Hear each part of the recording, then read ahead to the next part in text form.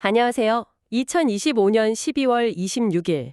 한 해가 정말 얼마 남지 않은 금요일입니다. 네, 벌써 연말이네요. 혹시 창밖으로 눈이 내리고 있나요? 오늘 당신이 보내주신 자료들을 보니까 꼭 눈 내리는 숲속에서 모닥불 앞에 앉아서 나누는 이야기 같더라고요. 분위기가 좀 그렇죠. 그래서 오늘은 잠시 세상의 속도를 늦추고 그 깊은 사유의 숲으로 함께 들어가 보려고 합니다. 오늘의 주제는 이슬람 철학자 세이에드 호세인 나스르의 통찰입니다. 네, 아주 시의적절한 주제라고 생각합니다. 당신이 보내주신 글들이 아주 근본적인 질문 하나를 던지고 있더라고요. 현대 문명, 물질적으로는 정말 풍요롭잖아요. 정보도 넘쳐나고요. 그렇죠. 그런데 왜 우리는 그 어느 때보다 더 깊은 고립감, 어떤 영적인 공허함을 느끼는 걸까? 나스르는 그 원인을 딱 한 가지로 지목하더군요.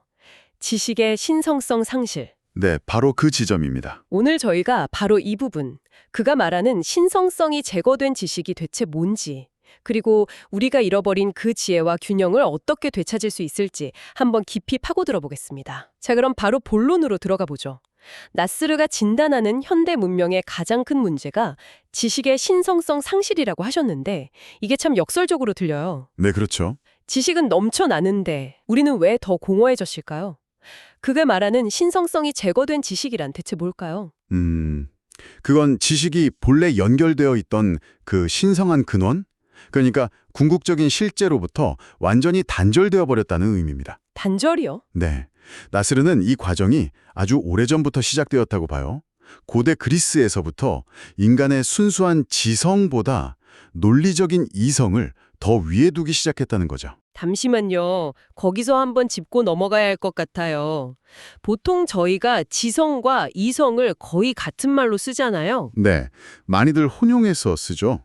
나스르의 맥락에서 이 둘은 어떻게 다른 건가요? 이게 전체 이야기를 이해하는 데 아주 중요해 보이는데요. 정말 좋은 질문입니다.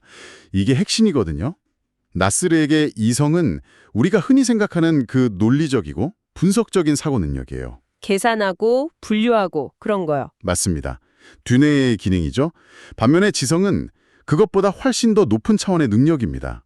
뭐랄까, 신적인 실제를 직접 그리고 직관적으로 파악하는 마음의 눈 같은 거예요. 마음의 눈이요? 네, 이성은 계속 나누고 분석하지만 지성은 통합하고 전체를 꿰뚫어보죠.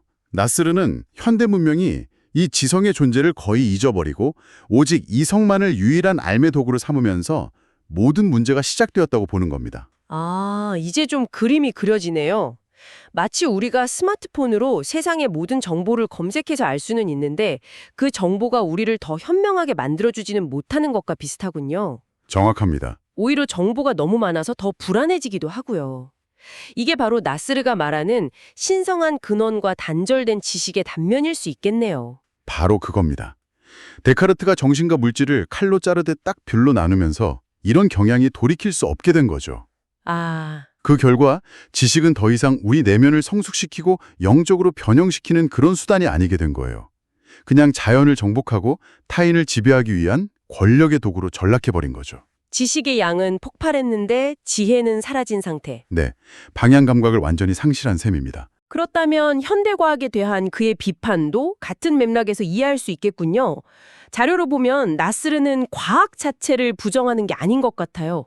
절대로 아니죠. 오히려 과학이 형이상학이나 더 높은 원리로부터 스스로 독립을 선언하고 나만이 유일한 진리다라고 주장하는 그 태도를 문제 삼는 거군요. 맞습니다. 그는 과학을 비판하는 게 아니라 사이언티즘, 우리말로 하면 과학 만능주의를 비판하는 겁니다. 과학 만능주의. 나스르는 현대과학이 르네상스 시대의 세속적 인본주의, 즉 인간이 만물의 척도라는 생각에서 출발했다고 지적해요. 이 관점에서 자연은 더 이상 신의 지혜와 아름다움이 드러나는 경이로운 존재, 신성한 현현이 아니게 되는 거죠. 그냥 대상이 되어버리는군요. 그저 분석하고 해부하고 착취해야 할 자원의 총합, 대상으로 전락해버린 겁니다. 그런데 나스르의 이런 비판이 자칫하면 과학 자체를 적대시하는 것처럼 들릴 위험은 없을까요?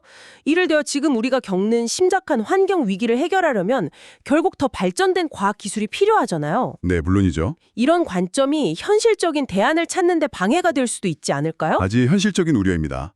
하지만 나스르는 과학을 버리자고 말하는 게 아니에요.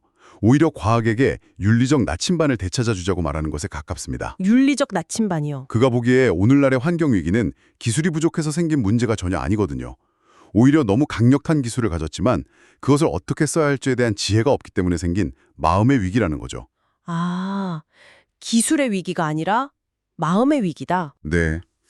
자연을 정복의 대상이 아니라 우리와 함께 살아가는 공생의 동반자로 바라보는 그 관점의 회복이 뭔지라는 겁니다. 그 관점이 회복될 때 비로소 과학기술도 세상을 치유하는 도구가 될 수 있다는 통찰이죠. 현대 문명이 길을 잃었다는 진단이 정말 뼈아프게 들리네요. 그렇다고 우리가 과학을 버리고 과거로 돌아갈 수는 없는 노릇인데 나스라가 당신의 자료에서 제시하는 해법은 무엇이었나요? 전통이라는 단어가 계속 눈에 띄던데요. 네. 그가 제시하는 유일한 해답이 바로 전통입니다. 전통. 근데 여기서 말하는 전통은 우리가 흔히 생각하는 그런 낡은 관습이나 특정 문화의 유산을 뜻하는 게 아닙니다. 아, 그런 게 아니고요. 네. 훨씬 더 크고 깊은 의미를 담고 있어요. 나스레에게 전통이란 시대를 초월해서 모든 위대한 종교와 지혜체계의 심장부에 공통적으로 흐르는 살아있는 연속성 같은 겁니다. 궁극적 실제의 과학이라고도 표현하죠. 살아있는 연속성이요? 좀 더 구체적으로 설명해 주실 수 있나요? 예를 들어 기독교의 신비주의, 이슬람의 수피즘, 불교의 선, 힌두교의 베단타 철학. 겉모습은 다 다르잖아요. 네, 전혀 다르죠. 하지만 그 가장 깊은 곳으로 들어가면 결국 같은 진리를 가리키고 있다는 거예요. 소피아 페레니스, 즉 영원한 지혜라고 불리는 바로 그것이죠. 영원한 지혜. 나스르는 이것이 중심으로부터 우리를 부르는 소리이고 우리가 흩어진 삶의 가장자리에서 다시 중심으로 돌아갈 수 있게 하는 유일한 길이라고 강조합니다. 그 영원한 지혜의 핵심에 바로 성스러운 지식이 있군요. 이건 이성으로 분석하는 지식과는 완전히 다른 종류의 알민 것 같습니다. 맞습니다. 성스러운 지식은 실제, 그러니까 있는 그대로의 실제에 대한 학문이에요. 이건 머리로 이해하는 지식이 아니죠. 머리로 이해하는 게 아니면. 정화된 마음의 눈으로 직접 꿰뚫어보는 직관적 지성을 통해 얻어지는 알미입니다. 우리가 흔히 가슴으로 안다고 말하는 느낌과 아주 비슷해요. 아, 가슴으로 안다는 느낌. 예를 들어 우리가 사랑하는 사람의 가치를 데이터로 분석해서 이해하는 게 아니잖아요. 그렇죠. 위대한 예술작품이 주는 감동을 화학 성분으로 설명할 수도 없고요. 성스러운 지식은 그런 종류의 알에 가깝습니다. 분석의 대상이 아니라 내 존재 전체로 참여하고 체감해야만 얻어지는 지혜죠. 마음의 눈으로 본다는 표현이 정말 인상적이네요. 나스르는 그 지성의 자리가 뇌가 아니라 심장이라고 단언하더군요. 네, 그 부분이 정말 흥미롭습니다. 그는 꾸란을 비롯한 여러 전통에서 지혜의 중심은 늘 심장이었다고 말해요. 심장이요? 실제로 산스크리트어에서 심장을 뜻하는 흐르다야나 라틴어 코르, 그리스어 카르디아 같은 단어들이 모두 중심이라는 어원을 공유하거든요. 아, 정말요? 심장은 단순히 피를 펌프질하는 기관이 아니라 우리 존재의 가장 깊은 중심이자 하늘과 딸이 만나는 지점이라는 거죠. 바로 이 심장에서 알과 존재가 하나가 될 때 비로소 지식은 다시 신성함을 되찾고 우리를 구원으로 이끌 수 있다는 것. 이게 나스르 사상의 정수입니다. 듣다 보니까 이 모든 이야기가 결국 우리는 세상을 그리고 우리 자신을 어떻게 바라봐야 하는가라는 근본적인 질문으로 돌아오는군요. 맞습니다. 결국 관점의 문제죠. 지식의 종류가 달라지면 세상을 보는 눈도 완전히 달라질 테니까요. 당신이 보내주신 자료에 인간을 두 가지 유형으로 나눈 부분이 있던데 그게 뭐였죠? 하나는 다리 같은 역할이고 다른 하나는 그 그리스 신화에 나오는 인물이었던 것 같은데 아, 네. 굉장히 시적인 비유라 기억에 남았어요. 아, 교량적 인간과 프로메테우스적 인간을 말씀하시는군요. 네, 나스르가 현대인의 상태를 진단하는 아주 중요한 개념입니다. 네, 맞아요. 교량적 인간. 먼저 교량적 인간은 이름 그대로 하늘과 땅을 잇는 다리 역할을 하는 존재예요. 자신이 신의 형상을 따라 만들어진 신성한 존재이고 보이지 않는 천상의 세계와 보이는 지상의 세계 사이를 연결하는 중재자임을 자각하는 거죠. 전통적인 인간상이군요. 네, 이 인간은 자신이 이 세상에 살지만 본질적으로는 영원을 위해 창조되었다는 사실을 잊지 않아요.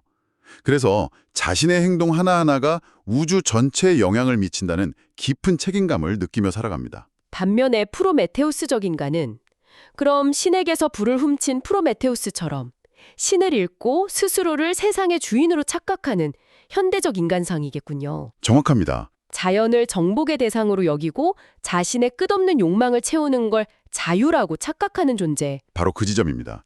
프로메테우스적 인간은 이 지상세계가 전부인 것처럼 행동해요. 하지만 사실은 그가 만든 인공적인 세계에 스스로 갇혀서 신으로부터, 자연으로부터, 그리고 결국 자기 자신의 가장 깊은 내면으로부터 소외된 존재죠. 우리가 매일 하는 행동을 생각해보면 쉬워요. 자연의 순리인 밤과 낮보다는 내 스케줄에 맞춰서 밤늦게까지 불을 켜고 일하잖아요. 그렇죠. 종류가 달라지면 세상을 보는 눈도 완전히 달라질 테니까요. 당신이 보내주신 자료에 인간을 두 가지 유형으로 나눈 부분이 있던데 그게 뭐였죠? 하나는 다리 같은 역할이고 다른 하나는 그리스 신화에 나오는 인물이었던 것 같은데 아, 네. 굉장히 시적인 비유라 기억에 남았어요. 아, 교량적 인간과 프로메테우스적 인간을 말씀하시는군요. 네, 나스르가 현대인의 상태를 진단하는 아주 중요한 개념입니다. 네, 맞아요. 교량적 인간. 먼저 교량적 인간은 이름 그대로 하늘과 땅을 잇는 다리 역할을 하는 존재예요. 자신이 신의 형상을 따라 만들어진 신성한 존재이고 보이지 않는 천상의 세계와 보이는 지상의 세계 사이를 연결하는 중재자임을 자각하는 거죠. 전통적인 인간상이군요. 네, 이 인간은 자신이 이 세상에 살지만 본질적으로는 영원을 위해 창조되었다는 사실을 잊지 않아요. 그래서 자신의 행동 하나하나가 우주 전체에 영향을 미친다는 깊은 책임감을 느끼며 살아갑니다. 반면에 프로메테우스적 인간은 그럼 신에게서 불을 훔친 프로메테우스처럼 신을 잃고 스스로를 세상의 주인으로 착각하는 현대적 인간상이겠군요. 정확합니다. 자연을 정복의 대상으로 여기고 자신의 끝없는 욕망을 채우는 걸 자유라고 착각하는 존재. 바로 그 지정입니다. 프로메테우스적 인간은 이 지상세계가 전부인 것처럼 행동해요. 하지만 사실 그가 만든 인공적인 세계에 스스로 갇혀서 신으로부터, 자연으로부터, 그리고 결국 자기 자신의 가장 깊은 내면으로부터 소외된 존재죠. 우리가 매일 하는 행동을 생각해보면 쉬워요. 자연의 순리인 밤과 낮보다는 내 스케줄에 맞춰서 밤늦게까지 불을 켜고 일하잖아요. 그렇죠. 몸이 진짜 배고프지 않아도 심심하면 앱으로 음식을 주문하고 계절과 상관없이 지구 반대편에서 온 과일을 먹습니다. 이 모든 게 우리가 자연을 통제할 수 있다고 믿는 프로메테우스적 태도의 발현이라고 나스르는 보는 거예요. 정말 섬뜩할 정도로 정확한 묘사네요. 결국 현대인이 겪는 생태적 위기와 영적 위기의 뿌리가 모두 하나로 연결되는군요. 그렇습니다. 우리가 하늘과 땅을 잇는 교량적 인간의 역할을 망각하고 스스로 신이 되려는 프로메테우스적 인간이 되기로 선택했기 때문이라는 말이군요. 바로 그겁니다. 그래서 나스르는 환경 문제를 해결하기 위해 더 많은 기술을 개발하기 전에 먼저 우리 자신이 누구인지, 이 우주 안에서 어떤 역할을 해야 하는 존재인지를 되찾아야 한다고 역설하는 거죠. 근본으로 돌아가야 한다는 거네요. 네. 잃어버린 우리 존재의 중심을 회복해야만 비로소 세상과의 관계도 회복될 수 있다는 겁니다.